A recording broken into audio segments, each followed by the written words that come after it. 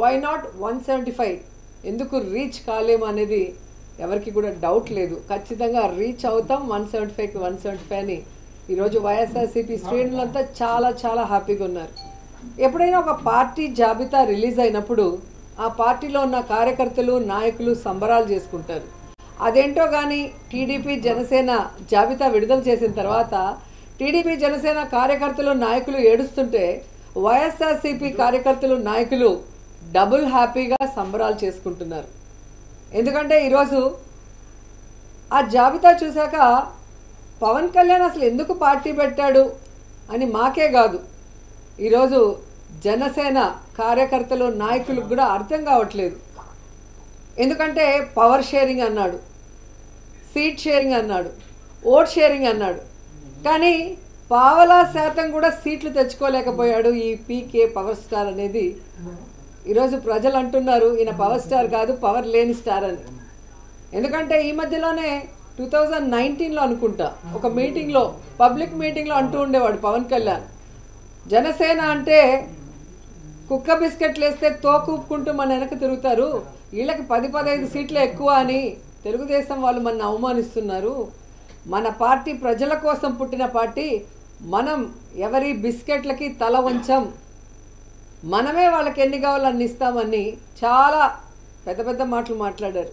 మరి ఈరోజు 24 సీట్లకి కుక్క బిస్కెట్లు వేస్తే తోకూపినట్టు ఎందుకు తోకూపుకుంటూ చంద్రబాబు నాయుడుతో ప్రెస్ మీట్ పెట్టారో పవన్ కళ్యాణ్ చెప్పాల్సిన అవసరం ఉంది. చాలా పెద్ద పెద్ద డైలాగులు కూడా చెప్పాడు. సముద్రం ఎవరి కాళ్ళు పట్టుకోదు, పర్వతం తల వంచదు అని. మరి ఏ ప్యాకేజీ కోసం 24 సీట్లకే చంద్రబాబు నాయుడు కాళ్ళు పట్టుకున్నావు? ఈరోజు చంద్రబాబు నాయుడు ఇచ్చిన ముష్టి 24 సీట్లకే ఎందుకు తల వంచావు పవన్ కళ్యాణ్ అని జనసేన కార్యకర్తలు నాయకులకి సమాధానం చెప్పాలి. నిజంగా ఎంత బాధాకరం అంటే, చెప్పుకోవడానికేమో గొప్పగా 40 years ఇండస్ట్రీ, నాకు విజన్ ఉంది, విస్తరాకుల కట్టుంది, నేను కేంద్రంలో చక్రం తిప్పానని చెప్పుకునే చంద్రబాబు నాయుడు ఒక సైడు, సినిమాల్లో పవర్ స్టార్ అని చెప్పుకుంటూ బయట పవర్ లేని స్టార్గా తిరుగుతూ మళ్ళీ బింకాలు పలికే పవన్ కళ్యాణ్ ఒకవైపు. వీళ్ళిద్దరికీ బాగా అర్థమైపోయింది, మనకి బలం లేదు, జగన్మోహన్ రెడ్డి గారిని మనం ఓడించే పరిస్థితి లేదు, కాబట్టి మనం ఎలాగైనా పొత్తు పెట్టుకొని జగనన్నని దించాలి అన్న ఆలోచనతోనే ఈ పొత్తుల కార్యక్రమానికి స్టార్ట్ చేశారు. కొద్దిసేపు బీజేపీ సంకనెక్కాలని చూస్తారు, బీజేపీ సంఖ ఎత్తించుకోపోతే కాంగ్రెస్ సంకనెక్కాలని చూస్తారు, ఆ కాంగ్రెస్ ఎక్కించుకోకపోతే పిల్ల పార్టీలతో పోవాలని చూస్తారు. అంటే వాళ్ళల్లో వాళ్ళకి ఒక గందరగోళం, ఎవరితో పొత్తు పెట్టుకోవాలి, ఎలా వెళ్ళాలి, ఎవరు మనని పొత్తు పెట్టుకోవడానికి అవకాశం ఇస్తారో అర్థం కాకుండా గందరగోళం పరిస్థితిలో ఈరోజు 118 స్థానాలు అనౌన్స్ చేశారనేది మనం అర్థం చేసుకోవాలి.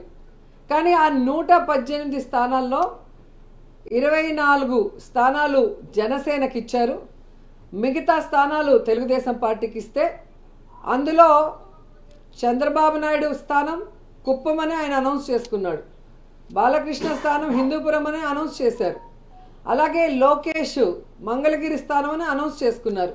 కానీ పవన్ కళ్యాణ్ ఎక్కడ నించోలో ఏ స్థానమో కూడా ఇంకా చంద్రబాబు నాయుడు డిసైడ్ చేసేంత వరకు అనౌన్స్ చేసుకోలేని దౌర్భాగ్య పరిస్థితిలో ఉన్నారు. అంటే అర్థం ఏంటి? ఒక చోట ఓడిపోయిన వాడికి మొదట ఇచ్చారు, 2 చోట్ల ఓడిపోయిన వాడికి తర్వాత ఇస్తాంలే సెకండ్ జాబితాలో అని ఒక కేర్లెస్నెస్ ఏమో పవన్ కళ్యాణ్ చంద్రబాబు నాయుడిని అడిగి తెలుసుకోవాలని కూడా ఈ సందర్భంగా తెలియజేసుకుంటున్నా. అండ్ ఈరోజు మీరు చూస్తే వీళ్ళిద్దరికీ చెప్పుకోవడానికి ప్రజలకు చేసింది ఏమీ లేదు. చంద్రబాబు నాయుడు 14 సంవత్సరాలు ముఖ్యమంత్రిగా ఉండి ఏ రోజు తాను ఇచ్చిన మేనిఫెస్టోని ప్రజల కోసం చేసింది లేదు. అలాగే పవన్ కళ్యాణ్ ఎందుకు పార్టీ పెట్టాడో తెలీదు, తాను అధికారంలోకి వస్తే ఏం చేస్తానో ఇంతవరకు చెప్పింది లేదు.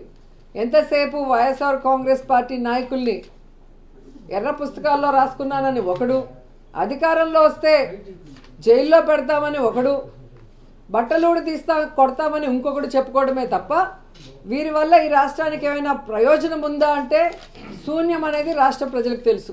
కానీ తెలుగుదేశం పార్టీ వాళ్ళు చూస్తే ఈరోజు మేము రాష్ట్ర భవిష్యత్తు కోసమే ఈ పొత్తు పెట్టుకున్నాము అంటుంటే అందరూ కూడా నవ్వుకుంటున్నారు. ఎందుకంటే చంద్రబాబు నాయుడు ముఖ్యమంత్రిగా 3 సార్లు చేశాడు. ఈ 3 సార్లలో రాష్ట్ర భవిష్యత్తుని ఎప్పుడైనా కాపాడా అనేది ఈ రాష్ట్ర ప్రజలు ఒకసారి ఆలోచించాలి. ముఖ్యంగా రాష్ట్రం విడిపోయిన తర్వాత అనుభవం ఉంది అని చెప్పి మళ్ళీ చంద్రబాబు నాయుడుకి అధికారం ఇస్తే పోనీ రాష్ట్ర భవిష్యత్తుని ఏమైనా కాపాడా? రాష్ట్రాన్ని అప్పుల్లో ముంచేశాడు. అందరికీ హాయ్ అండి. ముఖ్యంగా జన సైనికులకి, వీర మహిళలకి నాది ఒక చిన్న విన్నపం అండి. నేను ప్రొఫెషనల్గా కమెడియన్ అయి ఉండొచ్చు, కానీ పర్సనల్గా 80% మార్కులతో బీటెక్ కంప్లీట్ చేసి ఈ సమాజం మీద, రాజకీయాల మీద, అలాగే వ్యక్తుల మీద, విలువల మీద, అన్నిటి మీద అవగాహన కలిగిన ఒక వ్యక్తిని నేను కూడా. ఆంధ్రప్రదేశ్లో ఓటు హక్కు ఉంది కాబట్టి జరుగుతున్న విషయాల మీద మాట్లాడే హక్కు నాకు కూడా ఉందని నేను మాట్లాడుతున్నాను. అంటే జనసేనకి 24 సీట్లు అని అనౌన్స్ చేయగానే చాలామంది పవన్ కళ్యాణ్ గారిని తిడుతున్నారు, కొంతమంది అలుగుతున్నారు, కొంతమంది అసంతృప్తి చెందుతున్నారు, ఇంకొంతమంది అయితే మోసిన జెండానే కిందేసి కాలుస్తున్నారు, ఇంకొంతమంది అయితే ఆ వేసిన స్టిక్కర్స్ను లాగేసి పీకేస్తున్నారు. ఇవన్నీ చూసి నిజంగా మనసుకి చాలా చాలా చాలా బాధ అనిపించింది. ఒక్కసారి ఆవేశంతో కాకుండా మీ ఆత్మసాక్షిగా ఆలోచించి చెప్పండి, తన నమ్ముకున్న ప్రజలను కానీ, తనతో నడుస్తున్న నాయకులను కానీ మోసం చేసే వ్యక్తిత్వం పవన్ కళ్యాణ్ గారికి ఉంటుందా అండి? పెట్టిన పార్టీకి సపోర్ట్ చేసే మనమే ఇంత ఆలోచిస్తే ఒక పార్టీ పెట్టిన వ్యక్తి ఇంకెంత ఆలోచించుంటాడు? ఒక డెసిషన్ తీసుకోవడానికి తనలో తాను ఎంత మదనపడి ఉంటాడు? ఇది ఒక్కసారి ఆలోచించాలని మనస్ఫూర్తిగా కోరుకుంటున్నాను. 10 సంవత్సరాలుగా ఎటువంటి అవినీతి చేయకుండా తన సొంత కష్టార్జితంతో పార్టీని నడుపుతున్న గొప్ప నాయకుడు పవన్ కళ్యాణ్ గారు.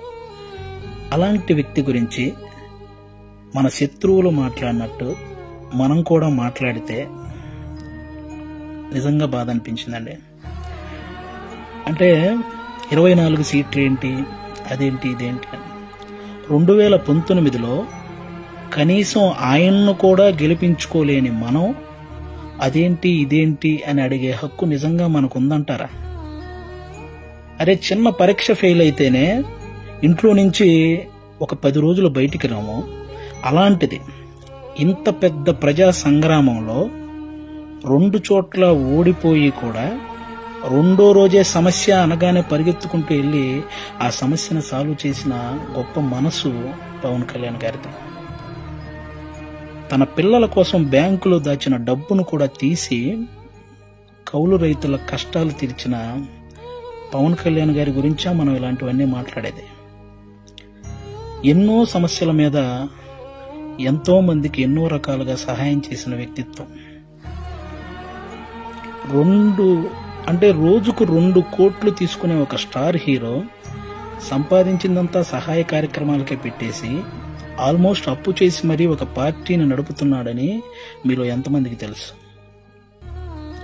అలాంటి పవన్ కళ్యాణ్ గారి గురించి మనం ఎలా పడితే అలా మాట్లాడేస్తున్నాం.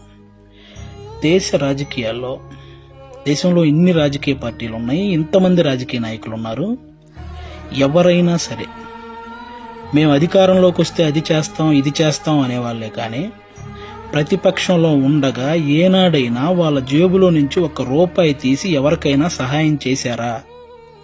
అలా సహాయం చేసిన ఏకైక రాజకీయ నాయకుడు పవన్ కళ్యాణ్ గారు. అలాంటి వ్యక్తిని పట్టుకుని మనం కులాన్ని తాకట్టు పెట్టాడు, పార్టీని తాకట్టు పెట్టాడు, ప్యాకేజ్ తీసుకున్నాడు అని చాలా ఈజీగా అనేస్తున్నాం. అమ్మలాంటి కులాన్ని, పార్టీని తాకట్టు పెట్టే వ్యక్తే పవన్ కళ్యాణ్ గారు. డబ్బుకు అమ్ముడుపోతాడా?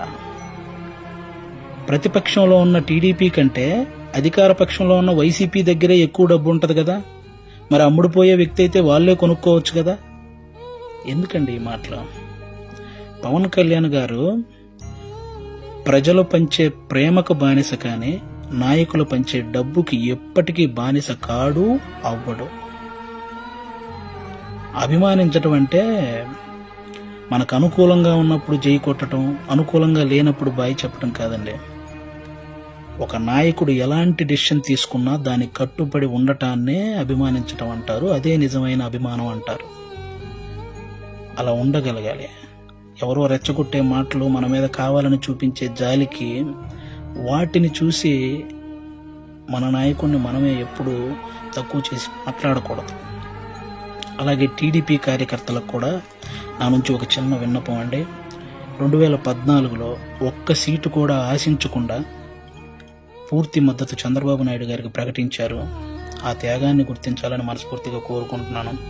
అలాగే 2023లో 14 సంవత్సరాలు ముఖ్యమంత్రిగా చేసిన ఒక వ్యక్తిని, పేద కుటుంబాల్లో ఎంతో మంది పేద విద్యార్థులు వాళ్ళు ఐటీ జాబ్ చేయొచ్చు, అమెరికాలోకి వెళ్ళి సెటిల్ అవ్వచ్చు అని ఈ ఐటీని తెలుగు రాష్ట్రాల్లో ప్రతి ఒక్కరికి పరిచయం చేసినటువంటి చంద్రబాబు నాయుడు గారు లాంటి వ్యక్తి, ఒక 70 ఏళ్ల పైబడిన వ్యక్తిని జైల్లో పెడితే నిజంగా చాలా మందికి బాధ అనిపించింది. అలాగే పవన్ కళ్యాణ్ గారు అక్కడికి వెళ్ళి కలవడం జరిగింది. పొత్తు అనేది పెద్ద సభలు పెట్టి ఆడంబరంగా చేసుకోవచ్చు, కానీ అలాంటి ఆడంబరాలు కోరుకోలేదు. అక్కడ కష్టాన్ని చూశాడు. ఆ జైలు ముందుకు వచ్చి అక్కడే పొత్తును ప్రకటించాడు. ప్రకటించిన వెంటనే జన సైనికులందరికీ ఏం చూసించాడో తెలుసా? అవసరంలో మనం ఆదుకున్నాం కాబట్టి అనవసరంగా టీడీపీని ఎవరైనా తక్కువగా మాట్లాడడం కానీ తప్పుగా మాట్లాడడం కానీ చేయొద్దని జన సైనికులందరికీ చూసించారు. ఒక సభలో మనం మాట్లాడేటప్పుడు జనసేన టీడీపీ అని సంబోధిద్దాం, వాళ్ళు మాట్లాడేటప్పుడు టీడీపీ జనసేన అని సంబోధిస్తారు అని కూడా చెప్పి కార్యకర్తల్లో ఒక ఉత్సాహాన్ని నింపారనమాట. అంటే ఒక పొత్తు ధర్మాన్ని ఇంతకంటే నిజాయితీగా పాటించే వ్యక్తి ఎవరైనా ఉంటారా? ఎక్కువ సీట్లు తీసుకుని ఇన్నే గెలిచాడా అనిపించుకోవటం కంటే తక్కువ సీట్లు తీసుకుని అన్నీ గెలిచాడు అనిపించుకోవటం కరెక్ట్ అని భావించి 24 సీట్లకే పరిమితం అయ్యారు.